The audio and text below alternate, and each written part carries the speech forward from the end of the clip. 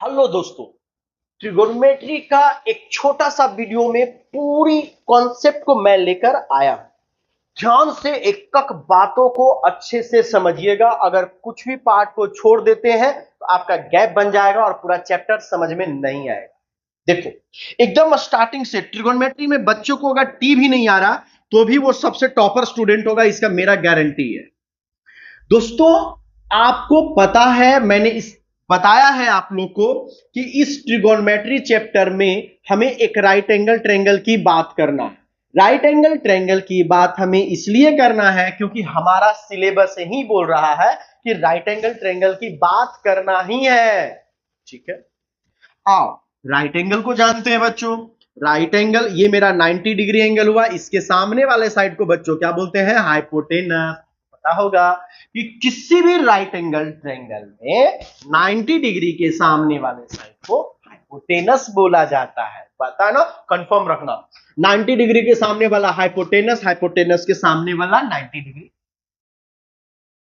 बच्चों, जब ज्योमेट्री में हम लोग पढ़ते हैं, जब हम लोग ज्योमेट्री में पढ़ते हैं, ज्योमेट्री में पढ़ते हैं, अगर हम राइट एंगल ट्रायंगल क्या बनाते हैं बच्चों? राइट एंगल ट्रायंगल बनाते हैं। तो बच्चों ये हमारा क्या हो जाता है? बेस। ये क्या हो जाता है? परपेंडिकुलर। और 90 डिग्री के सामने वाला क्या बोलते हैं बच्चों? हाइपोटेनस। ज्योमेट्री में ऐसा होता है।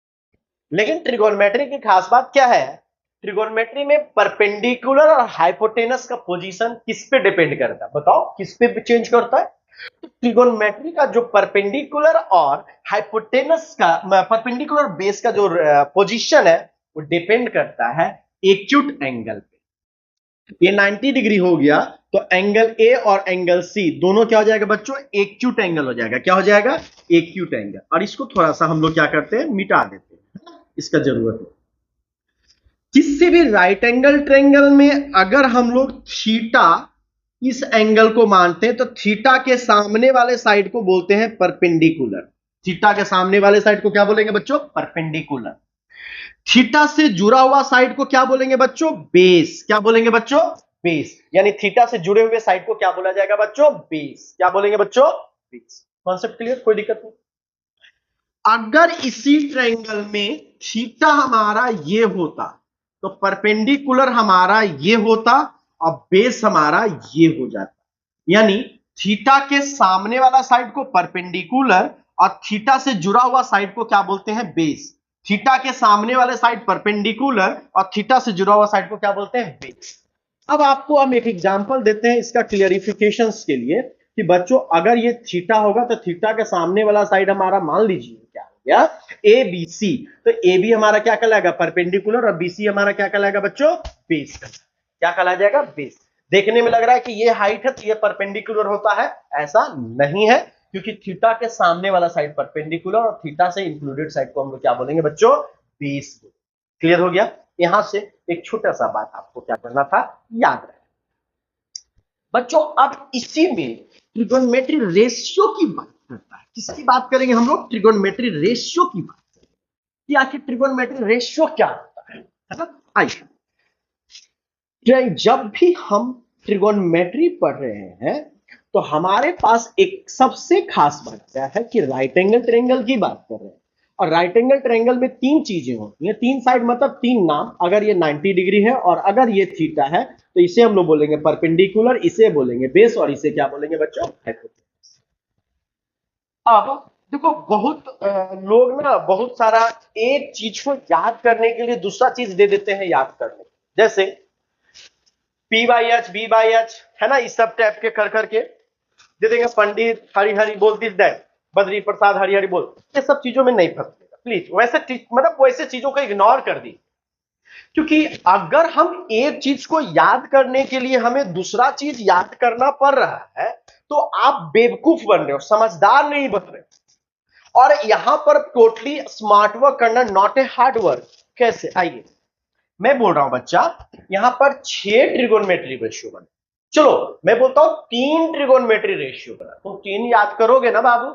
चलो, परपेंडिकुलर बाय हाइपोटेनस, है ना, परपेंडिकुलर बाय हाइपोटेनस। मैंने परपेंडिकुलर और हाइपोटेनस का रेशियो लिया तो इसका नाम दिया गया साइन थीटा। क्या नाम दिया गया बच्चों? साइन। नोमेनक्लेचर। एक घर में देखो नामकरण sine theta equal to P by H क्यों? जो इस ट्रायंगल में परपेंडिकुलर और हाइपोटेनस का मैंने रेशियो लिखा तो एक रेशियो बनकर आया, यानी बोल सकते हैं कि एक घर में अगर पहला बच्चा जन्म लिया तो उसका हम नाम देते हैं एक्स, या चलो नाम दे दिए सोनू। दूसरा बच्चा जन्म लिया तो उसका नाम क्या दे देंगे? मोनू। तीसरा बच्चा जन्म ले लेगा तो हम टोनू नाम दे देंगे। उस तरीके से इस राइट एंगल ट्रायंगल में तीन मेजर पॉसिबिलिटीज बना। पहला P बाई एच, तो इसका निम्नक्लेचर यानी नामकरण क्या किया गया? Sine theta. पहला P बाई एच। दूसरा B बाई एच, इससे क्या बोला गया बच्चों? Cos theta. क्या बोला गया बच्चों? कॉस। तो P by H sine theta, B by H cos theta. अब बचा क्या? P by B. तो P बाई बी जो बचा इससे हम लोग बोले tan थीटा। क्या बोलेंगे बच्चों? tan theta. बोलो थीटा क्या है? तो थीटा ये है, ठीक है। थीटा एक एंगल है, कुछ भी होगा। ये 90 डिग्री है तो कुछ भी एंगल होगा, 30 डिग्री होगा, 40 डिग्री होगा, 45 डिग्री होगा, 50, 60, 70, कुछ भी हो सकता है, एक्यूट में भी, है ना। अब अगर sine theta is equals to, हम इसको थोड़ा सा पलट देते हैं, ठीक है ना। ऐसे मैंने लिखा, बहुत अच्छे से समझ में आया इन चीजों को। अब थोड़ा सा चीजों को याद ना करे तो करना पड़े, इसलिए मैंने आपको थोड़ा सा मैं पलटता हूं। चलो sine theta is equal to हम लोग क्या लिखे बच्चों? P by H. Cos theta is equal to क्या लिखे बच्चों? B by H. आप ये रखेंगे P by H, B by H. Tan theta का वैल्यू हम लोगों ने क्या रखा बच्चों? P बाई बी, है ना। तो P बाई एच हो गया, B बाई एच हो गया, P बाई बी हो गया। तो इसका रेसिप्रोकल, रेसिप्रोकल मतलब जस्ट उसका उल्टा, मतलब P बाई एच का उल्टा की अगर हम बात करते हैं तो H बाई पी होगा ना बाबू। P बाई एच का उल्टा H बाई पी। और इसका नोमेनक्लेचर क्या किया गया? Cosec theta. क्या बोला गया बच्चों? Cosec. Cos theta equal to B by H हो गया, तो ये क्या हो जाएगा? एच बाई बी हो जाएगा। और इसका नाम क्या दिया गया बच्चों? Sec theta. क्या दे दिया गया बच्चों? Sec theta. और टेन का तो आपको पता ही होगा कि कॉट थीटा। ये जस्ट रिवर्स हो गया। रिवर्स मतलब क्या हो गया? ये अगर P बाई बी है तो ये क्या हो जाएगा? B बाई पी हो जाएगा। और इसे क्या नाम दे देंगे? कॉट। अब आपको समझना है कि P by H sine theta, B by H cos theta, P by B tan theta, B by P cot theta, H by B sec theta, H by P cosec theta. ये होता है total तीन trigonometry ratio बना, P by H, B by H, P by B. और उसका उल्टा P by H तो H by P तो कॉसेक, B बाई एच तो H by B sec, P by B और B बाई पी। तीन उसका उल्टा बना है, तो तीन आप याद रखोगे तो तीन ऑटोमेटिक आपको याद हो जाएगा। क्लियर हुई बात? यहां पे किसी भी दुनिया में किसी भी नंबर का उसके रेसिप्रोकल से मल्टीप्लाई कर। बच्चों आप रेसिप्रोकल समझते हो? 5 का रेसिप्रोकल क्या होता है? 1/5। तो दुनिया में किसी भी नंबर का उसके रेसिप्रोकल से मल्टीप्लाई करेंगे, उस नंबर का उसी के रेसिप्रोकल से मल्टीप्लाई करेंगे तो रिजल्ट मेरा कितना आ जाएगा? 1। रिजल्ट कितना आ जाएगा? 1। यहां पर भी मेरे को एक चीज समझना बच्चों, बताना आप लोग, साइन का रेसिप्रोकल कौन है? कोसेक। तो वो दोनों को भी मल्टीप्लाई करेंगे तो मेरा वैल्यू कितना आना चाहिए था? 1 आना चाहिए था ना। आइए ना करके देखते हैं। बच्चा मेरा ध्यान से समझिएगा कि अगर ये साइन थीटा है तो साइन थीटा का वैल्यू कितना हो गया? P by H. और साइन का रेसिप्रोकल हम लोगों ने किसे बोला? कॉसेक। तो साइन के रेसिप्रोकल को मल्टीप्लाई, साइन का रेसिप्रोकल कॉसेक हो गया, तो इसका रिजल्ट क्या आना चाहिए था? 1। क्योंकि दुनिया में किसी भी नंबर का रेसिप्रोकल, एक्स का रेसिप्रोकल क्या हो जाएगा? 1 बाई एक्स। अगर एक्स को 1 बाई एक्स से मल्टीप्लाई करते हैं तो ये मेरा कितना हो जाएगा? वैल्यू कितना हो जाएगा? 1। कितना हो जाएगा वैल्यू? 1। अब एक बात समझिएगा और अच्छे समझने की कोशिश कीजिएगा। साइन का रेसिप्रोकल कॉसेक।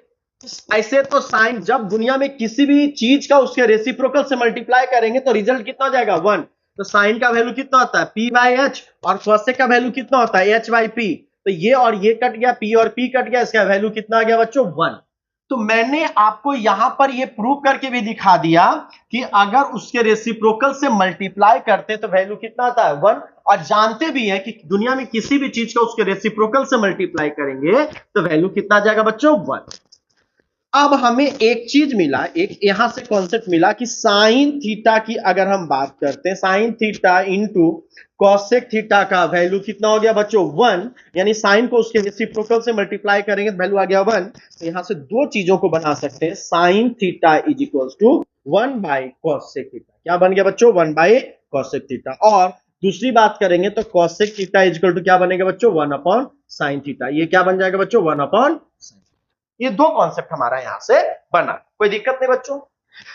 अब तुमको यहां से सीखना है कि साइन का रेसिप्रोकल कॉसेक होता है, कॉस का रेसिप्रोकल सेक होता है, और टेन का रेसिप्रोकल कॉट होता है ना।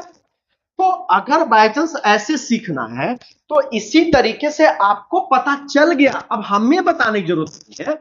तुम बोलोगे कि sir cos theta into sec theta का वैल्यू भी 1 हो जाएगा, क्योंकि कॉस सेक का रेसिप्रोकल है, या कॉस कॉस का रेसिप्रोकल सेक है। जब आपको यह पता चल गया तो आप फिर से बोलोगे सर तो हम तो ऐसे लिख सकते हैं cos theta is equal to 1 upon sec theta, और क्या लिखोगे बच्चों sec theta is equal to 1 upon cos theta. आप तो ये आराम से बोल दोगे मेरे बच्चों। इसी प्रकार से फिर आप ये भी बोलोगे कि आपको पता चल गया, बताने की जरूरत नहीं है, tan theta into cot theta का वैल्यू कितना हो जाएगा बच्चों 1। तो tan theta is equal to हमारा कितना हो जाएगा 1 बाई कॉट थीटा, कितना हो जाएगा 1 बाई कॉट थीटा, और कॉट थीटा का वैल्यू कितना हो जाएगा बच्चों 1 बाई टेन थीटा, कितना हो जाएगा बच्चों 1 अपॉन 10। ये हो गया कॉन्सेप्ट, इसमें कोई दिक्कत नहीं। ये चीजें समझ में आ गई आपको। तो बच्चों थोड़ा सा ट्रिगोनोमेट्री रेशियो को थोड़ा सा डिटेल्स में और जानने का, क्योंकि कुछ चीजें स्पेसिफिक होती है तभी उसको लॉ में लाया जाता है, नहीं तो नहीं लाया जाता। आइए थोड़ा सा रिसर्च कर, थोड़ा सा पेशेंस रखिएगा और पूरा मजा लीजिए, ठीक है। पूरा मजा लेंगे ना तभी पढ़ने में मजा भी आएगा बच्चों। जैसे मान लीजिए कि अगर ए बी सी, और ये हमारा क्या हो गया 90 डिग्री हो गया ना। अब ये थीटा अगर हम ये लेंगे तो परपेंडिकुलर मेरा ये हो जाएगा, बेस ये हो जाएगा, और हाइपोटेनस तो ये मेरा फिक्स है। एक बात को समझते हैं कि अगर हम लोग करते क्या है, एक काम करते हैं, हम लोग ten theta into cos theta करते हैं, तो देखिए तो कुछ रिजल्ट देता है क्या। अब टेन थीटा का वैल्यू कितना हो जाता है पी बाई बी, और कॉस थीटा का वैल्यू कितना हो जाता है बी बाई एच। अगर टेन को कॉस के साथ मल्टीप्लाई करते हैं तो बी और बी कट गया, रिजल्ट हमको लोग क्या दे दिया पी बाई एच। अगर सेम राइट एंगल ट्रेंगल हो, सेम थीटा हो, तो टेन थीटा को कॉस थीटा से मल्टीप्लाई किए तो हमें क्या दे दिया पी बाई एच। और हम जानते हैं कि साइन थीटा का वैल्यू कितना होता है पी बाई एच। तो हमें ये एक अधिकार मिला कि अगर टेन थीटा को और कॉस थीटा को मल्टीप्लाई करेंगे तो वो साइन थीटा के बराबर आ जाएगा ना। टेन थीटा को कॉस थीटा से मल्टीप्लाई करेंगे तो इसके किसके बराबर हो जाएगा बच्चों साइन थीटा के बराबर। और जब बराबर हो जाएगा तो आप यहां से एक चीज को देखकर समझने का कोशिश कीजिएगा। जब बराबर हो जाएगा तो हम इसको कितना तरीके से लिख सकते हैं इसको समझिएगा। कुछ नहीं, एक फॉर्मूला जो बहुत ज्यादा यूज होता था में, हम कॉस को इधर भेज देंगे तो हमें फॉर्मूला क्या बनेगा tan theta is equal to sine theta divided by कितना हो जाएगा cos theta. Tan theta is equal to क्या बन गया बच्चों sine theta by cos theta. अब तुम समझो, इसका अगर रेसिप्रोकल करते हैं, यानी टेन का रेसिप्रोकल क्या होता है कॉट होता है ना। तो कॉट टेन का रेसिप्रोकल कॉट होता है, तो कॉट थीटा का वैल्यू ये भी उलट जाएगा, तो क्या हो जाएगा बच्चों cos theta divided by sine theta. क्या हो जाता है बच्चों डिवाइडेड बाई। तुम बोलोगे कि sir tan theta into cos theta is equal to sine theta हुआ, यह आपको पता था और आप बता दिए। रुको, हम अपने मन से और कुछ भी ले लेते हैं, हम अपने मन से और कुछ भी ले लेते हैं, ठीक है ना। और कुछ भी ले लेते हैं, जैसे कुछ भी वैल्यू ले लेते हैं, चलो नहीं यहीं पे ले लेते हैं छोटा सा। मान लो tan theta into sec theta ले लेंगे। टेन का value P by B, sec का value H by P, H by B. बताओ ये क्या बना पी एच और क्या बना बी एच।